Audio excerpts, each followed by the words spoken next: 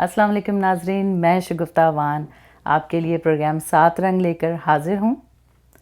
आज के इस प्रोग्राम का आगाज़ मैं एक बहुत ही खूबसूरत कलाम से करना चाहूँगी, बाबा बुल्ले शाह का कलाम, जो कि कुछ यूँ है। चढ़दे सूरज टलदे वेखे, बुझदे दीवे बलदे वेखे, हीरे दा कोई मुल ना तारे, खोटे सिक्के चलदे वेखे, जिन्हां दा ना जग ते कोई, ਉਹ ਵੀ ਪੁੱਤਰ ਪਲਦੇ ਵੇਖੇ, ਉਹਦੀ ਰਹਿਮਤ ਦੇ ਨਾਲ ਬੰਦੇ ਪਾਣੀ ਉੱਤੇ ਚੱਲਦੇ ਵੇਖੇ, ਲੋਕੀ ਕਹਿੰਦੇ दाल नहीं गलदी, मैं तो पत्थर गलदे वेखे। बाबा बुल्ले शाह के इस कलाम में बहुत ही खूबसूरत बात छुपी हुई है कि आप कभी भी किसी को कमतर ना समझें और उसके साथ ही अपने आप को भी किसी से कमतर ना समझें, क्योंकि इज़्ज़त देने वाली अल्लाह की ज़ात है, इज़्ज़त लेने वाली अल्लाह की ज़ात है। तो अपने आप को एक अच्छा इंसान साबित करें। नाजरीन, आज के इस प्रोग्राम में हम आपकी मुलाकात मिस्टर राज रतन जी से करवाने जा रहे हैं, जो कि बहुत ही खूबसूरत आवाज़ के मालिक हैं। उनकी ख़ासियत गज़ल है। उनके बहुत से लाइव कॉन्सर्ट हमने देखे हैं और उनकी 7 सीडीज़ रिलीज़ हो चुकी हैं। और मज़े की बात है कि वो इंडियन और पाकिस्तानी कम्युनिटी में बहुत जाने माने जाते हैं। तो हम अपने प्रोग्राम के सेगमेंट गपशप में आपसे उनकी मुलाकात करवाएंगे। Stay tune.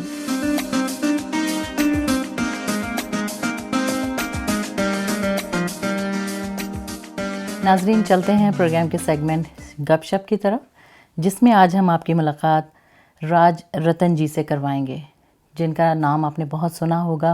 आपने डेफिनेटली यूट्यूब पे भी उनको बहुत देखा होगा। तो आइए गपशप करते हैं राज रतन जी से। राज रतन जी, वेलकम टू आवर शो। कैसे हैं आप?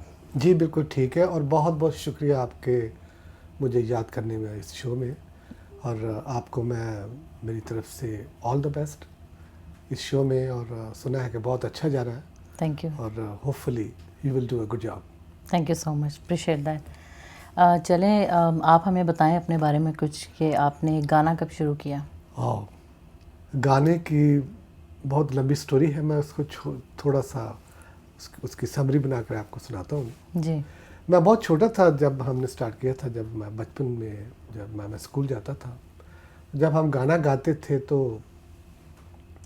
जितने भी वहाँ स्कूल में लोग थे वो बहुत तालियां बजाते थे। तो मुझे आहिस्ता आहिस्ता कुछ कॉन्फिडेंस होने लगा भी, मेरा ख्याल मैं गाना अच्छा गा लेता हूँ। तो उसके बाद जब हम वो उसको कंटिन्यू रखा मैंने, तो फिर मैं चर्च भी जाता था, वहाँ से मैंने हारमोनियम भी सीखा। फिर मैंने जब मैं छोटा था तब भी मैंने हारमोनियम सीख लिया था। तो जब मैं स्कूल में था, तो जब उसके बाद हम कॉलेज में आए, तो कॉलेज में मैंने यूथ फेस्टिवल में मैंने कंपटीशन में गया, तो मुझे गोल्ड मेडल भी हासिल हुआ। अच्छा। फिर उसके बाद फिर मैं गया, और फिर इसमें 3 बार मुझे गोल्ड मेडल मिला यूथ फेस्टिवल में। तो फिर मुझे आहिस्ता आहिस्ता कॉन्फिडेंस होने लगा कि ऑफ कोर्स कि ये मेरा अच्छा फील्ड है, लोग मुझे पसंद करते हैं और मुझे इसमें और मेहनत करनी चाहिए। तो मैंने काफ़ी सीखा, और मेरे कुछ उस्तादों से मैंने तालीम हासिल की, और आहिस्ता आहिस्ता अभी भी सीख रहे हैं।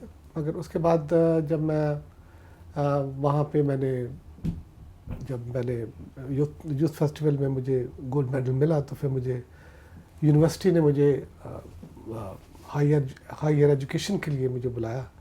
तो मैंने उसमें मास्टर ऑफ पॉलिटिकल साइंस में मैंने मास्टर किया, और मैंने अपनी एजुकेशन कंप्लीट की just because of the music, क्योंकि मेरी एजुकेशन सब फ्री थी। नहीं, तो अभी आपने ज़िक्र किया कि आपने सीखा गाना अपने मुख्तलिफ उस्तादों से, तो वो कौन से ऐसे सिंगर हैं जिनसे आप इंस्पायर हुए और फिर आपने कहा कि नहीं, मुझे भी अब गाना सीखना है? एक्चुअली हुआ ऐसे कि जब मैं छोटा था तो हम बॉर्डर के ऊपर रहते थे, पाकिस्तान और हिंदुस्तान के बॉर्डर के गुरदासपुर में। जी। तो वहाँ पे रेडियो में मेहदी हसन साहब की आवाज़ सुनाई देती थी, जिसने मुझे बहुत ज़्यादा मुतासर किया, और मैं बहुत ही ज़्यादा उनसे इम्प्रेस्ड हुआ। और मैंने फिर आहिस्ता आहिस्ता उनको सुनना जब शुरू किया, तो फिर मैंने उसको कॉपी करना शुरू किया। So I was the first person Punjab में जब मेहदी हसन जब पॉपुलर हुए तो जी। I was the first person जो मैंने स्टार्ट किया था उनका गाना गाने। तो तब लोगों के लिए बिल्कुल नया लगता था।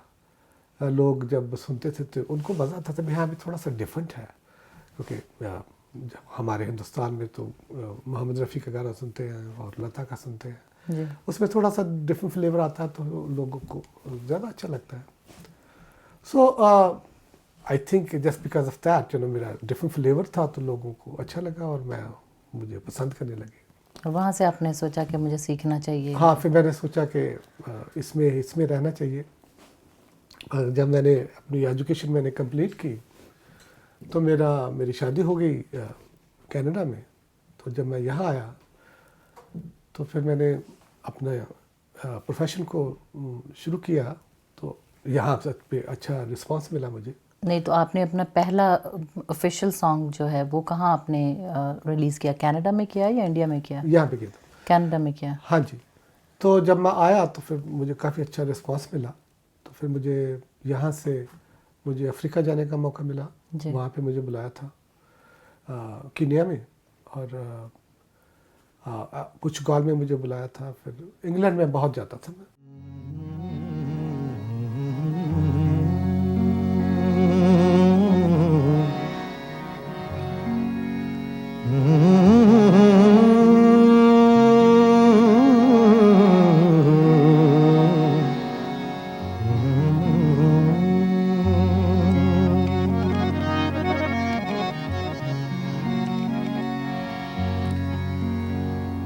मुझे प्यास है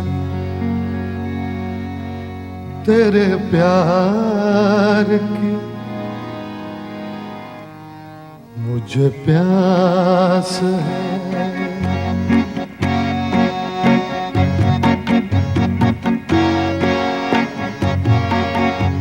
मुझे प्यास है तेरे प्यार की, मुझे और कुछ नहीं चाहिए। मुझे प्यास है ओ तेरे प्यार की, मुझे और कुछ नहीं चाहिए। और फिर यहाँ पे आए, फिर मैंने 2000 में मैंने 2000 में मेरी एक पहली सीडी आई। फिर उसके बाद दूसरी आई। फिर एक 2005 में मेरे दिल की बात आई।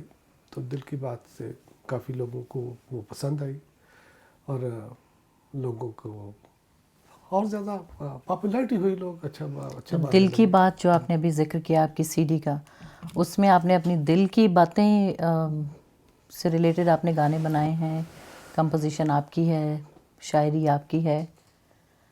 या वो होता है कि हमेशा हम जब गाना गाते हैं तो दिल से ही गाते हैं, तो इसलिए मैंने सोचा कि इसका नाम ही दिल की बात रखते हैं। तो इसलिए इसमें बहुत से अच्छे अच्छे पोइट थे, जो नए पोइट हैं। उसमें नसरीन सैयद का नाम आता है, वो उन्होंने मेरे लिए लिखा एक वो नंबर बहुत पॉपुलर हुआ।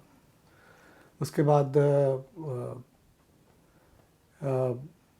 कुछ और भी नए अपना हमारे जो पोइट थे नए उर्दू के, उनकी डिफरेंट कंपोजिशन मैंने गाई।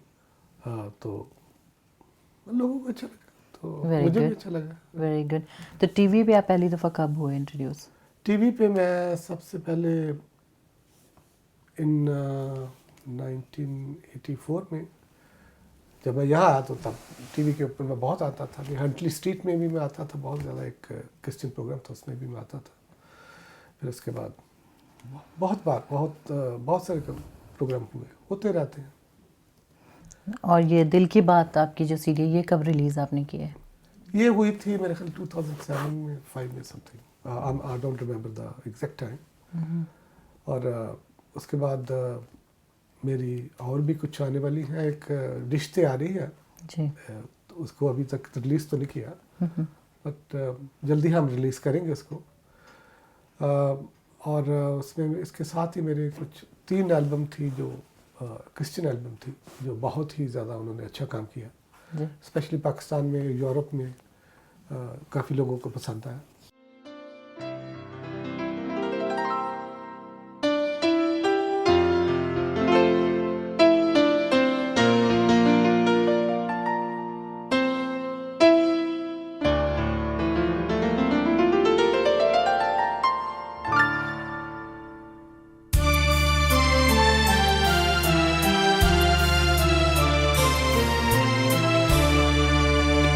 जिंदगी क्या तेरी आहट की सदा हो जैसे, जिंदगी क्या तेरी आहट की सदा हो जैसे, बंदगी क्या तेरे मिलने की दुआ हो जैसे, जिंदगी क्या तेरी आहट की सदा हो जैसे। तो आपने जब ये गाना आपने शुरू किया, आपने सीरीज़ अपनी रिलीज़ की, तो उनमें आपको क्या किन मुश्किलात का आपको सामना करना पड़ा? सबसे पहले जो मुश्किलात यहाँ पे आई थी कि यहाँ पे जब हमने स्टार्ट किया था 2000 में, तो बहुत बुरा हाल था। कितना कोई यहाँ पे अपने म्यूजिशियन भी बहुत कम थे। और फिर अचानक नदीम अली से मेरी मुलाकात हुई। ये भी यूएसए से ट्रांसफ़र होकर यहाँ पे आए उसी टाइम पे। सो आई वाज लकी कि उनसे मुलाकात हुई। उनको मैंने अपना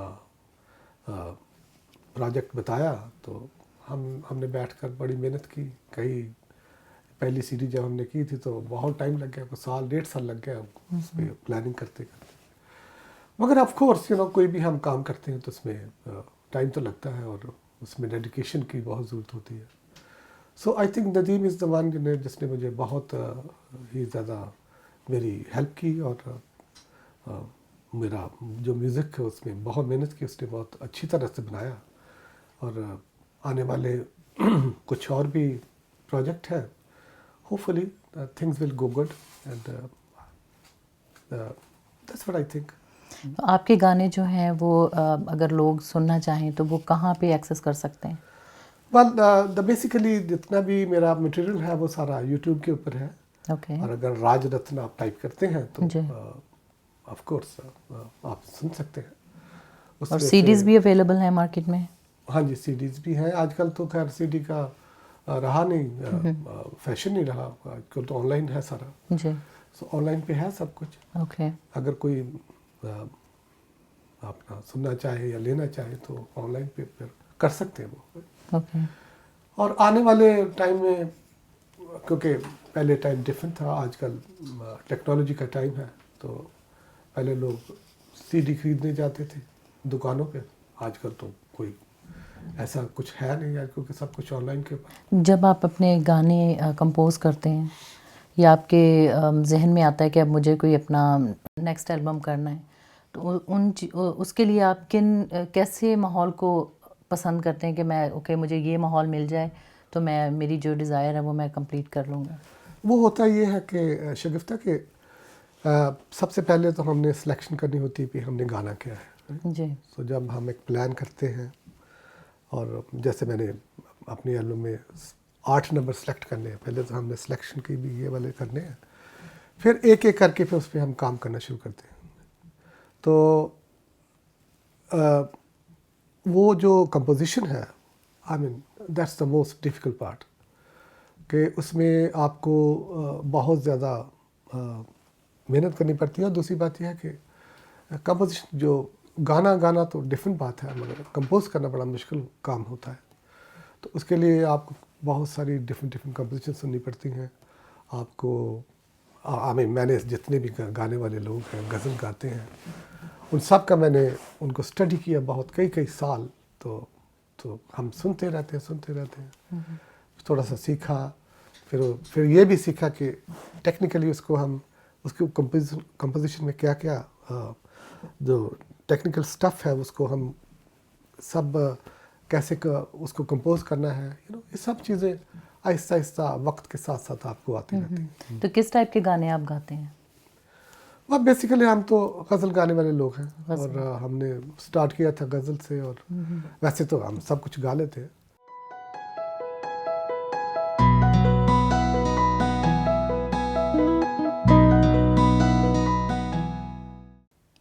नाजरीन, अभी हम बात कर रहे थे राज रतन जी से।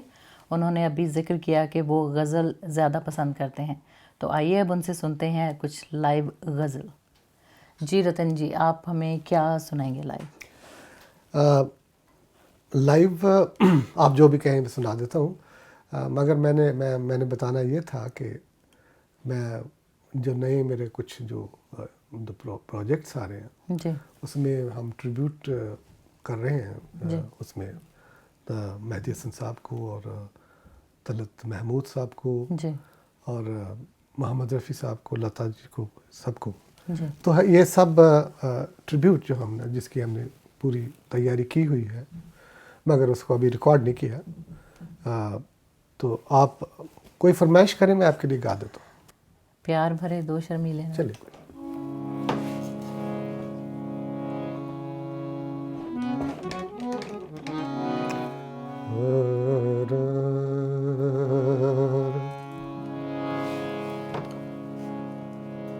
प्यार भरे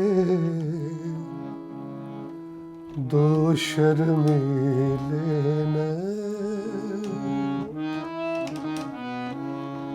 जिनसे मिला मेरे दिल को चैन, कोई जाने ना क्यों मुझसे शर्माए, कैसे मुझे तड़पाए।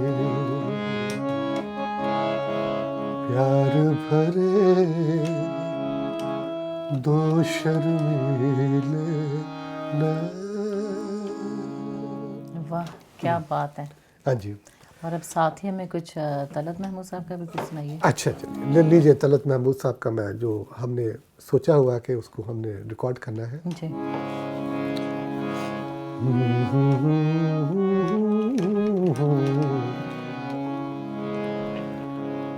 जलते हैं जिसके लिए तेरी आंखों के दिए, ढूंढ लाया हूँ वही गीत मैं तेरे लिए। जलते हैं जिसके लिए तेरी आंखों के दिए, ढूंढ लाया हूँ वही गीत मैं तेरे लिए। जलते हैं जिसके लिए। वाह। तो लीजिए, आपको थोड़ा सा जगजीत साहब का मैं जी, एक जी। नंबर सुनाता हूँ, जी बिल्कुल। जिस पे हम काम कर रहे हैं, उनके ट्रिब्यूट पे। जी बिल्कुल।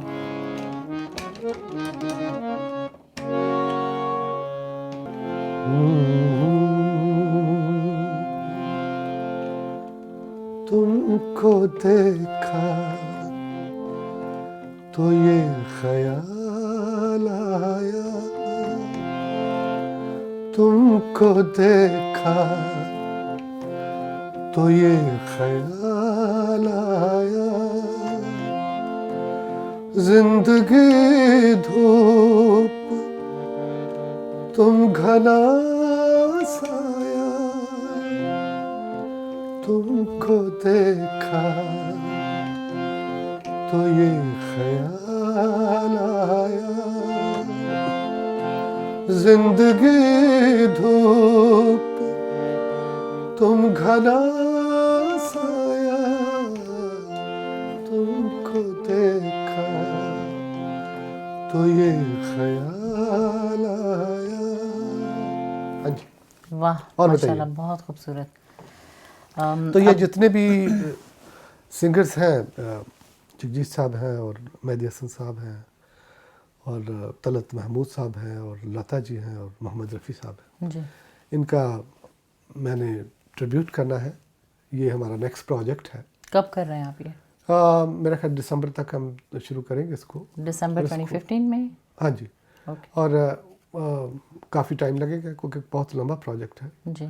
मगर मेरी बड़ी ख्वाहिश है क्योंकि द रीज़न इज़ के हम जब शुरू हुए, हम जब पैदा हुए और हमने जब सीखा, हमारी ज़िंदगी में हमने सब कुछ पूरी ज़िंदगी बिताई इनका गाना सुनते, उनका गाना गाते। जी। तो अब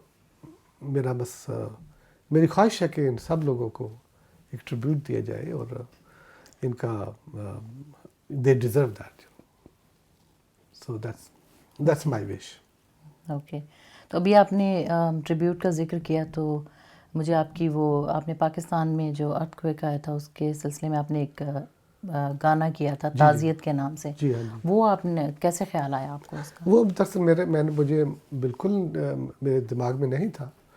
वो जब ये हादसा हुआ वहाँ पे तो सब लोग बड़े परेशान थे। तो नसरीन का मुझे फ़ोन आया करे कि वहाँ पे ऐसे ऐसे हुआ। तो मैंने उनको कहा कि कुछ इसके बारे में आप कुछ लिखें तो फिर हम कुछ करें। अच्छा। तो नेक्स्ट डे उनका फ़ोन आया करके मैंने लिखा है, बड़ा अच्छा है, देखो सुन लो और फिर हम उसके ऊपर, आप अगर तुम चाहो तो उसके ऊपर काम कर सकते हो। तो उन्होंने मुझे सुनाया तो मुझे अच्छा लगा। तो मैंने ऐसे ही हारमोनियम पकड़ा और मैं गुनगुनाने लगा। तो अचानक उसकी जो कंपोजिशन थी वो सामने आने लगी।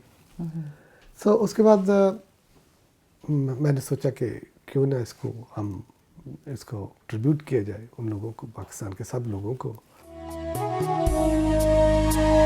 ताज़ियत करने को खामोश सदाएं भेजूं, ताज़ियत करने को खामोश सदाएं भेजूं, सिसकियां दिल की मैं भेजूं के दुआएं भेजूं, ताज़ियत करने को खामोश सदाएं भेजूं। तो ऐसे हुआ कि वो जब यहाँ पे टीवी पे चला तो फिर पाकिस्तान में भी उनको पता चला। तो पाकिस्तान में भी जियो बहुत से टेलीविज़न के ऊपर वो बहुत देर चलता रहा और पाकिस्तान के जितने भी चैनल उसमें चला उसको, और वो बहुत ही मेरा बहुत फेवरेट है और हमने बहुत जल्दी से उसको बनाया और बड़ा जल्दी में आपने बहुत ही अच्छी प्रोडक्ट लेके आए हैं आप। और उसके साथ ही अभी मेरे पास आपकी कुछ एल्बम्स हैं रिश्ते के नाम से। इसमें आपके 7 नंबर हैं आपके? हाँ जी, इसमें 7 नंबर हैं। इसमें मेरे दोस्त हैं पोइट। तो मैं अपने नाजरीन को भी दिखाना चाहूँगी कि यूट्यूब पे आप लोग रिश्ते के नाम से और आप राज रतन टाइप करें तो आप इनके गाने सुन सकते हैं वहाँ पे। हाँ जी, और इसके जो पोइट हैं वो मेरे दोस्त हैं, यहाँ पे रहते हैं। डॉक्टर सोलमन नाज, उनका लिखा हुआ है सारा और बहुत ही अच्छा लिखा है। मैं दरख्वास्त करूँगा सबसे कि ज़रूर सुने और इसको अप्रिशिएट करें जी। हमने काफ़ी मेहनत की इसको बनाने में और ऑफ कोर्स काफ़ी पसंद किया जा रहा है। मैंने देखा है उसके यूट्यूब के ऊपर के बहुत से लोग इसको बहुत ज़्यादा पसंद कर रहे हैं। होपफुली जब हम इसका वीडियो भी बाहर आएगा तो it will do a better job.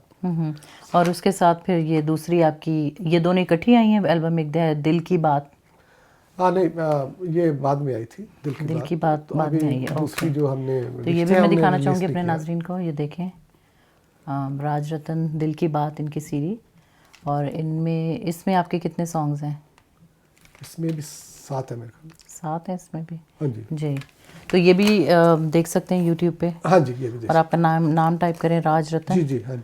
Okay, देख सकते हैं। देख सकते हैं, सुन सकते हैं। और मैं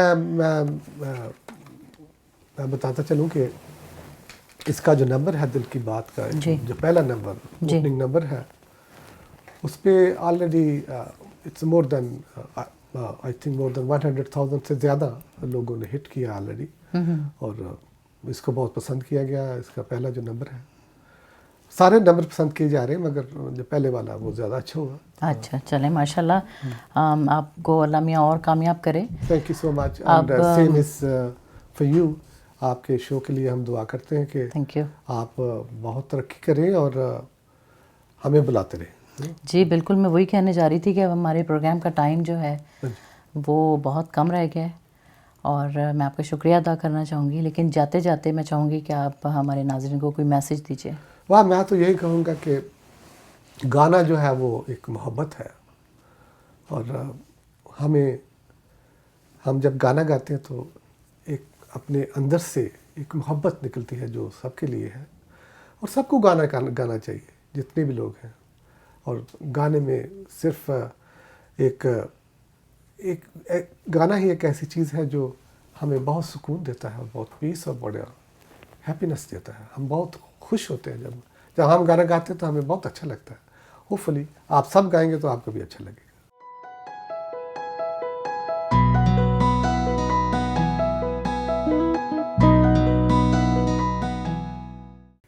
थैंक यू फॉर वॉचिंग सात रंग। पिछले हफ्ते हमें बहुत सी कॉल्स रिसीव हुई जिनके लिए मैं अपने नाजरीन का बहुत बहुत शुक्रिया अदा करना चाहती हूँ और मैं चाहूँगी फ्यूचर में भी आप हमें अपना फीडबैक देते रहिए। और जैसा कि हम अपने हर प्रोग्राम में आपको कहते हैं, आप प्रोग्राम में शिरकत करना चाहते हैं या आप अपना बिज़नेस प्रमोट करना चाहते हैं तो स्क्रीन पे दिए गए नंबर और ईमेल एड्रेस पे आप हमें कांटेक्ट कर सकते हैं। इसके साथ ही शगुफ्ता अवान को इजाज़त दीजिए। हर हफ्ते आपके संग सात रंग। अल्लाह हाफिज़।